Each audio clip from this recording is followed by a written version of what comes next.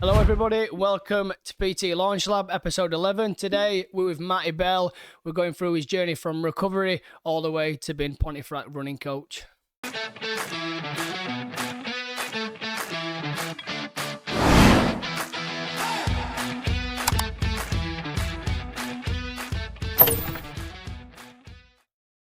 Are we ready? Right, so obviously I've known you for a while now, so I've known you from, I'd say, good times, bad times. I've had some good memories. Some of the memories though that led to where we are today. So I just wanted just to start from the beginning, mate. Tell us a little bit about yourself, how it all started. So in 2021, just after COVID finished, I jumped on bandwagon of well, most of the life I've been an addict. Yeah. Clear. So COVID hit, and then obviously So were you worse during COVID? Is that what triggered it off the most? Right. But I can look back now and see that I've been addict on like Yeah, but it just spiraled more from COVID. Were you by yourself in COVID then? Or no. So I had a partner and little girl, but I didn't feel like I was doing anything wrong. Yeah, you tell yourself that, don't you? So in my head, I was thinking it was right what we're doing. Yeah, well, like I've never been like a huge drinker. I've never been to a point where I felt like I need to pull it back or anything like that. But like this year alone, I thought I'm going to do 6 months. I told you, didn't I? We had that conversation before. I wanted to do 6 months sober. I did that I had my last drink at Ponty Races like must have been 2 months ago now. When I drunk, I didn't really enjoy it, and then I've not drunk since, and I don't know if I will now. Did you have any breaks in it, or did you like just go straight flat boom and then that were it, or no break. no attempts? No. Because I've had a few attempts. So like I did try that because people were telling me to. So they're like, you need to sort yourself out. You need to do this. You need to do that. So I did go and like pretended that I were interested in getting recovered, but To the aiming. so to the meeting. But this time in COVID, I signed up back to my mum's and enough for enough. That way you accepted it yourself. That day, yeah, that I accepted. Do you know what? It's a good conversation actually. From I mean, there's nothing to do with the PT, but I love the topic anyway. But what do you reckon to dry January?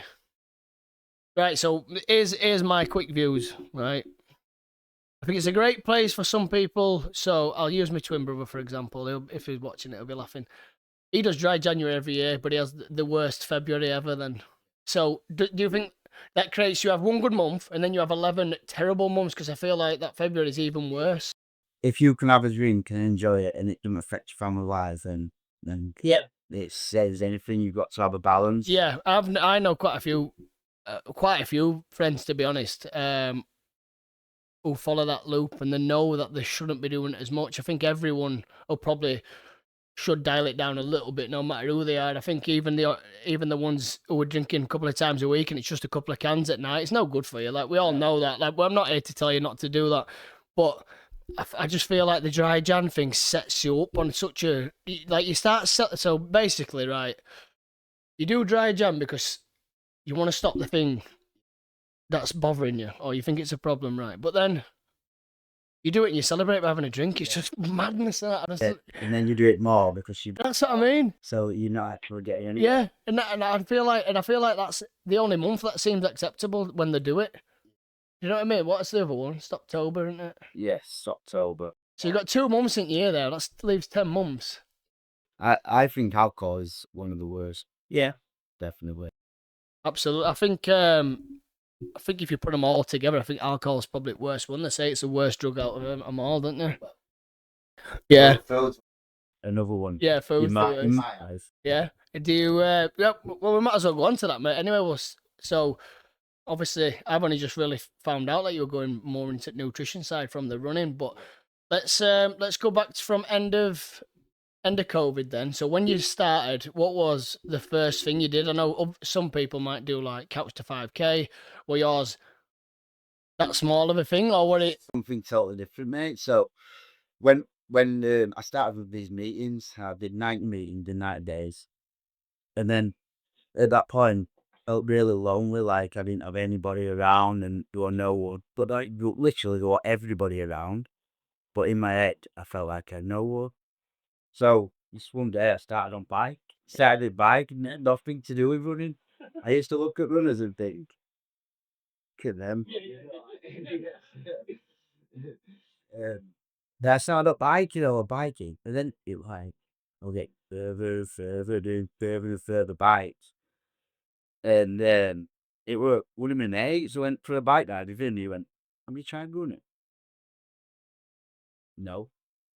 So next day, got bought a pair of running trainers, started running, and then just took off from So mate. at what point did you buy that treadmill that you never used? Anybody watching? Obviously, I know Matt is into running, and we needed a treadmill for Jim, and he ended up selling me his treadmill because he don't. I think, to be fair, when I went round, I think there were a couple of coats on it. So, but you've got another. Because I like to be out in open air and that. Yeah. So it helps your mental health. And then, so yeah, I started running. I would do like running that park basically. Yeah. And that's how it started. But God, I couldn't run.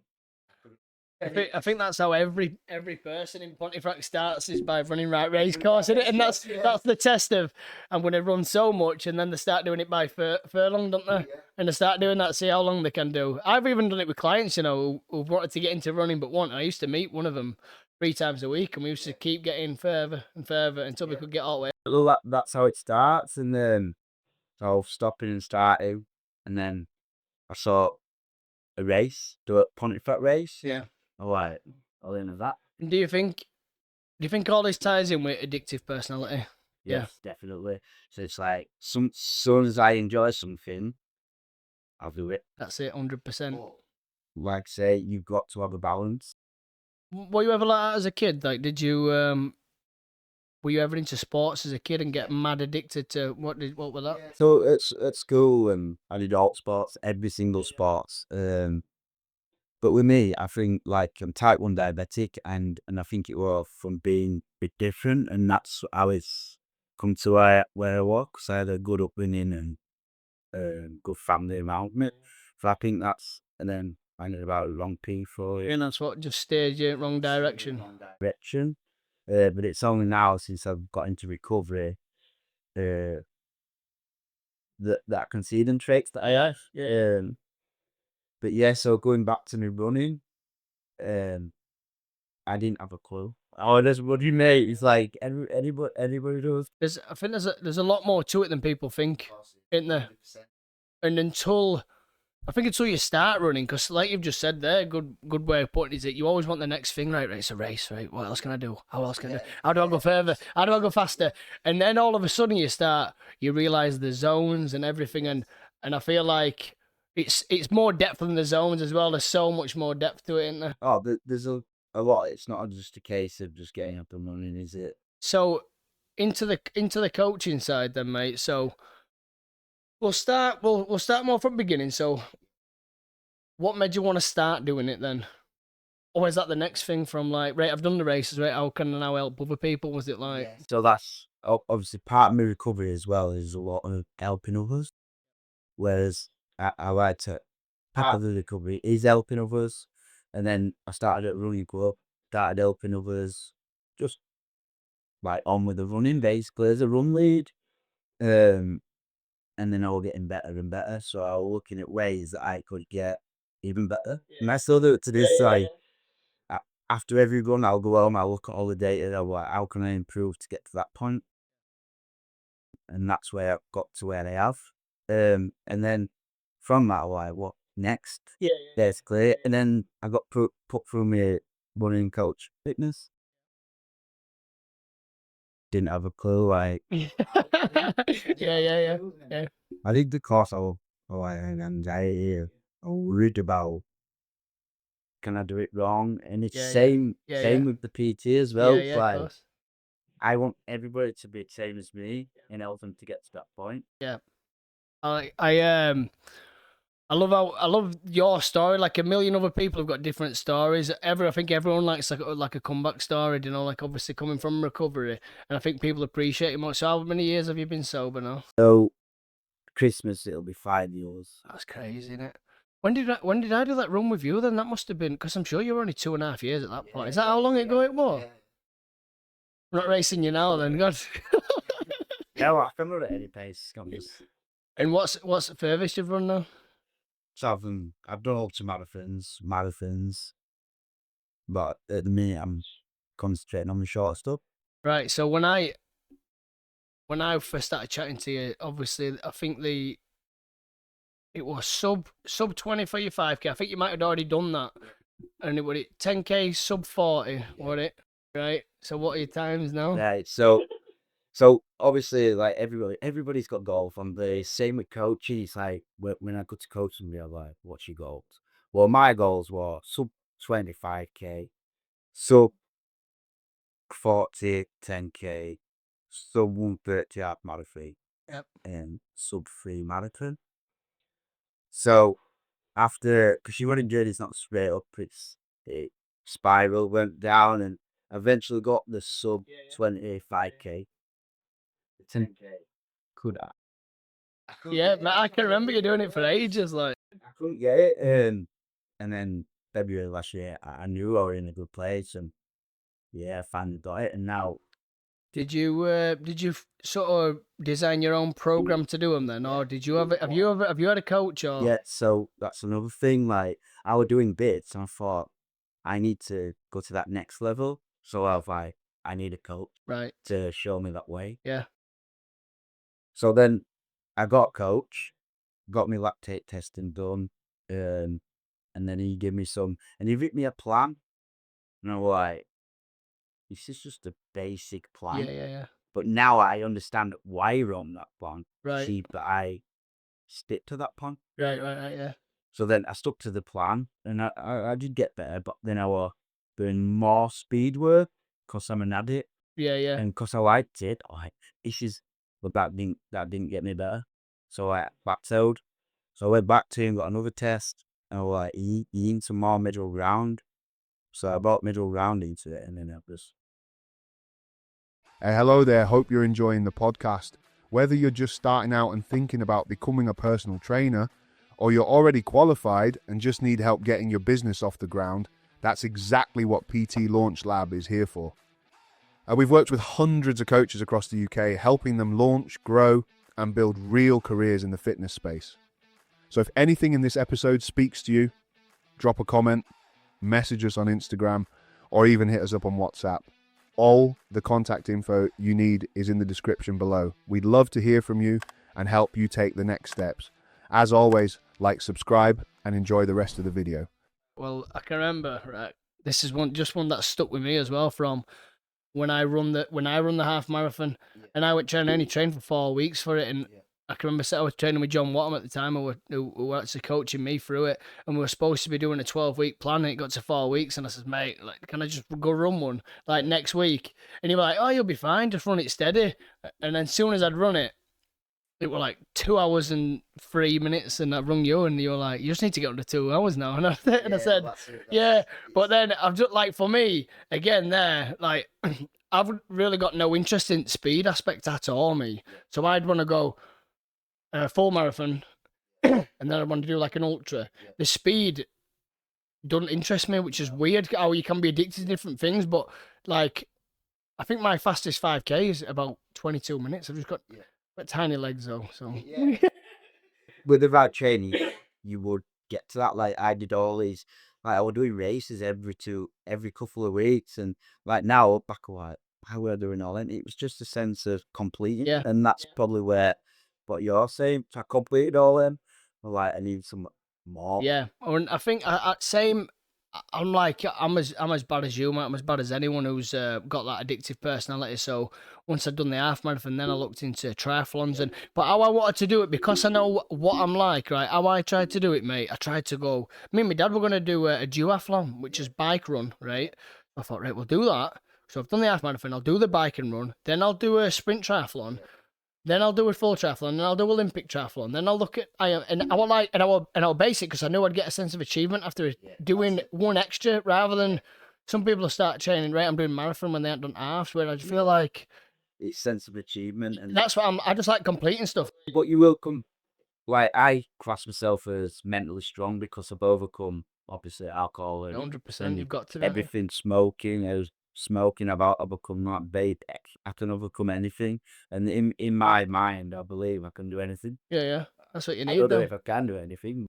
Do you think that's helped with your coaching then? For Yes, definitely. But I have to like look at where they come from. Yep. And that's part of coaching.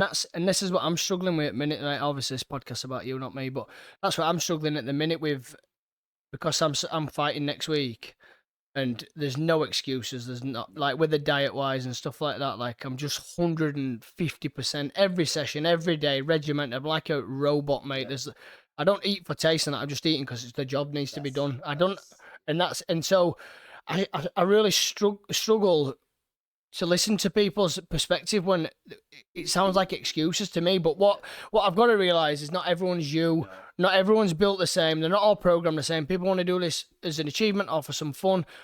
It's not always that level. And I used to lose clients off that.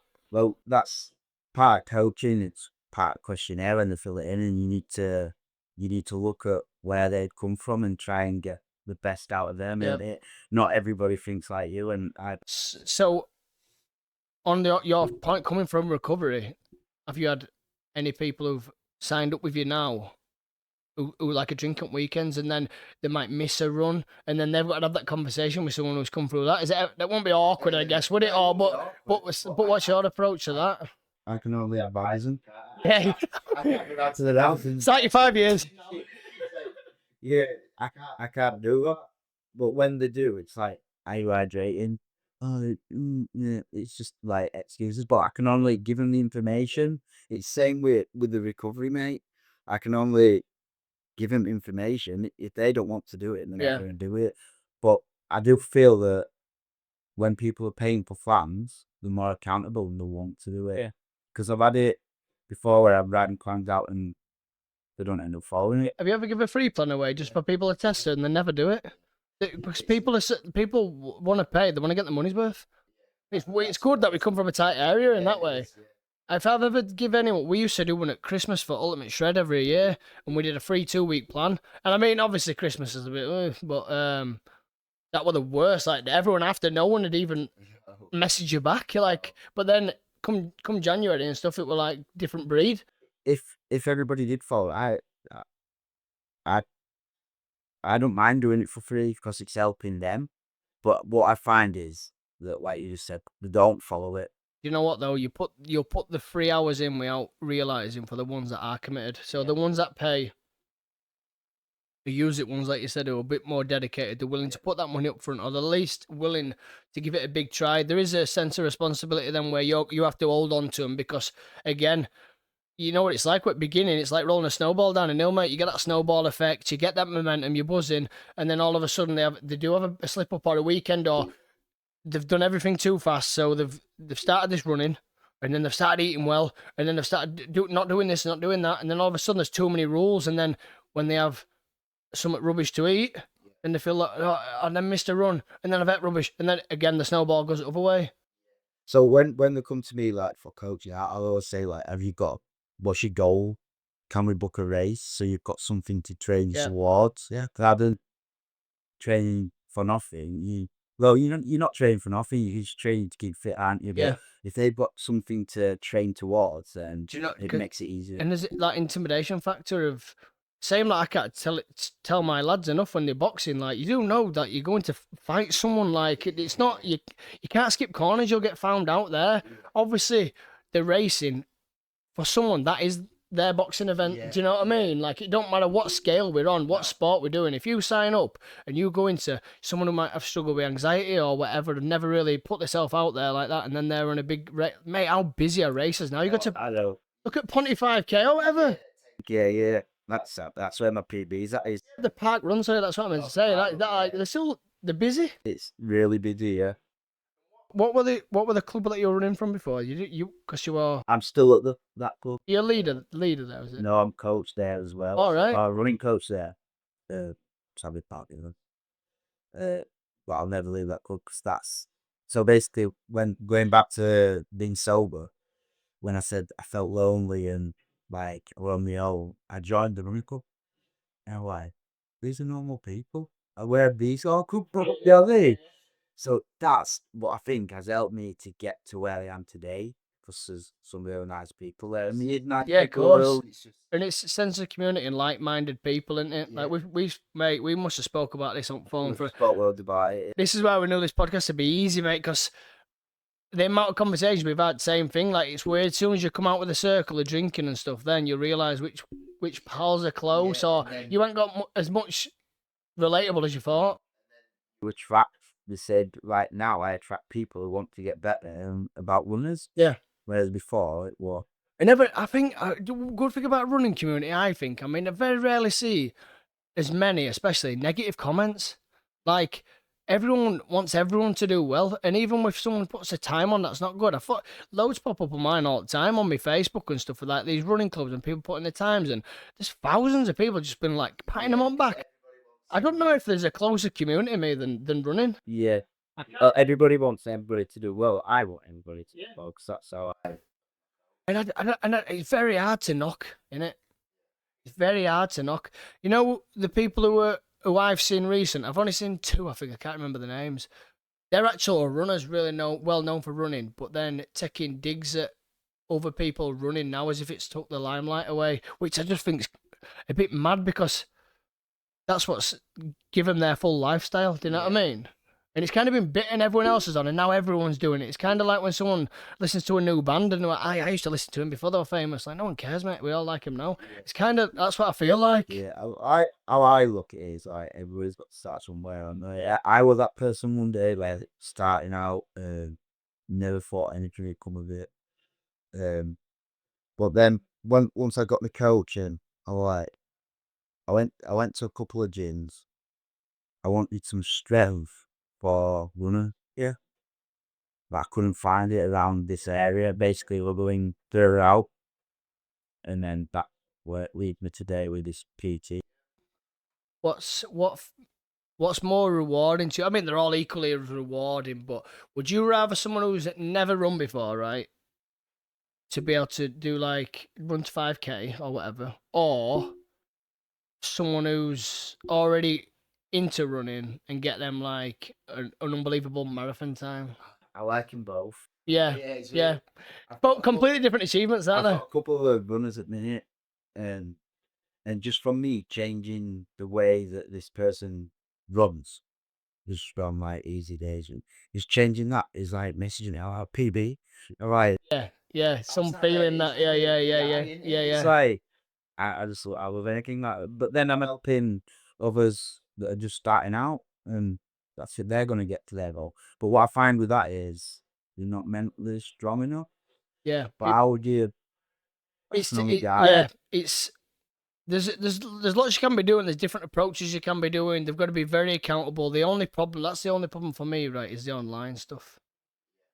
That's the online, especially ones that when you've never met them at all. I mean, I've done loads of podcasts on that before. When you're not interacting, you're not building that connection straight away. It's very hard because if we were talking, I'd let you down for a run, and then I see you, I'd be like, oh, mate, and you'd be like, come on, let's sort it out. And it's you know that I've got best interest, but when I do online programs with the shred, a lot of them I'll put, welcome everybody, next 4 weeks I'll be coaching you and guiding you. Any questions, please ask me. Right, you'll get you'll get 20 people messages straight away, all putting in group, can't wait everybody, good luck, blah blah blah. But then you get another percentage that don't do it, and they're always the ones that don't make it because they already start on the foot's in exit.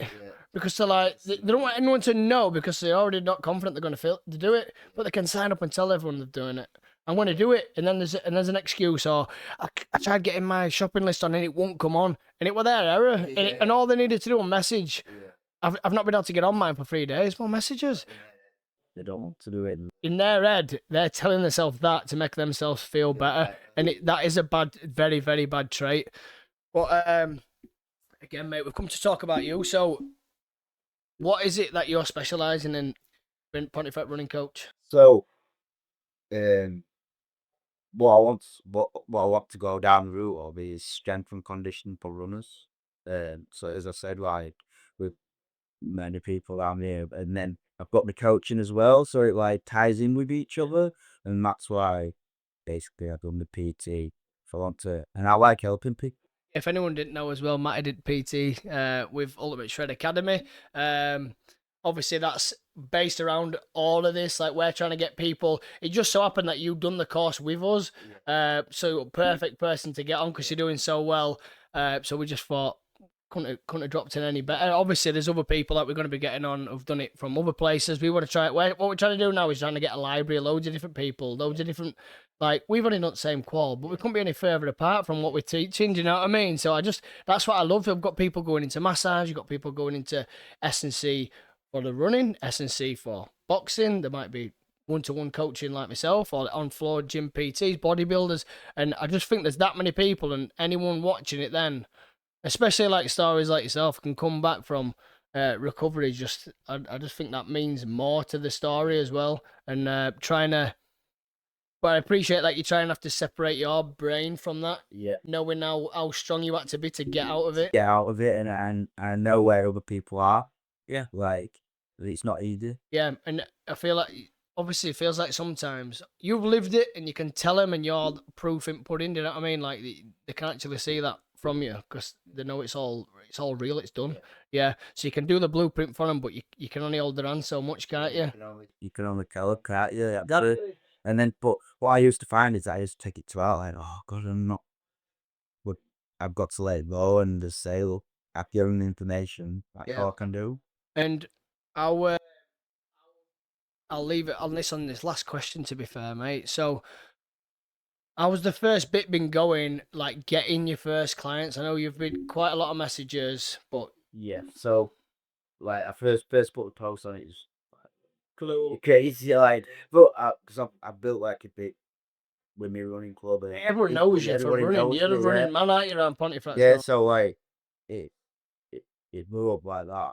I was getting quite a lot of messages, but yeah, it's challenging. Yeah, Challenging. It's like, because I want to please everybody. Yeah. I'm like, I want this to be right. Yeah. You can't always give them enough time, and like I said, and the thing is as well, you've got to be like a chameleon. Like, every single person's different. Yeah. Every single person. Like, one, you'll ask him to do something, and he'll be like, "Yep, how many more?" Like, I told one of the lads he needed to start add a run a week, right? He just done boxing with me, and he went and sent me Strava. I said, "Not today, you muppet. You just train." But some they want to do well. They want to impress you. They want a coach so they can send a message saying, "I've done it." Yeah. And then you'll get someone who you're like, "Mate, have you done it?" You ain't get a message back for 2 days. No, I'm doing it. I'll start next week. And you're like, I'm get an excuse. Mate, do you know what I mean? But yeah, we'll leave it at that, Matty. So if you could tell everybody where they can find you on Instagram. So on Instagram, it's Pontefract_running coach. Have you got Facebook? And the Facebook page is Pontefract running coach. Yeah. And if not, just find him, message you direct. He's all over Facebook. Thank you, everybody, for watching. Like and subscribe, and make sure that you go into Pontefract running coach on Instagram, like Matty just said, and give him a follow. Thank you.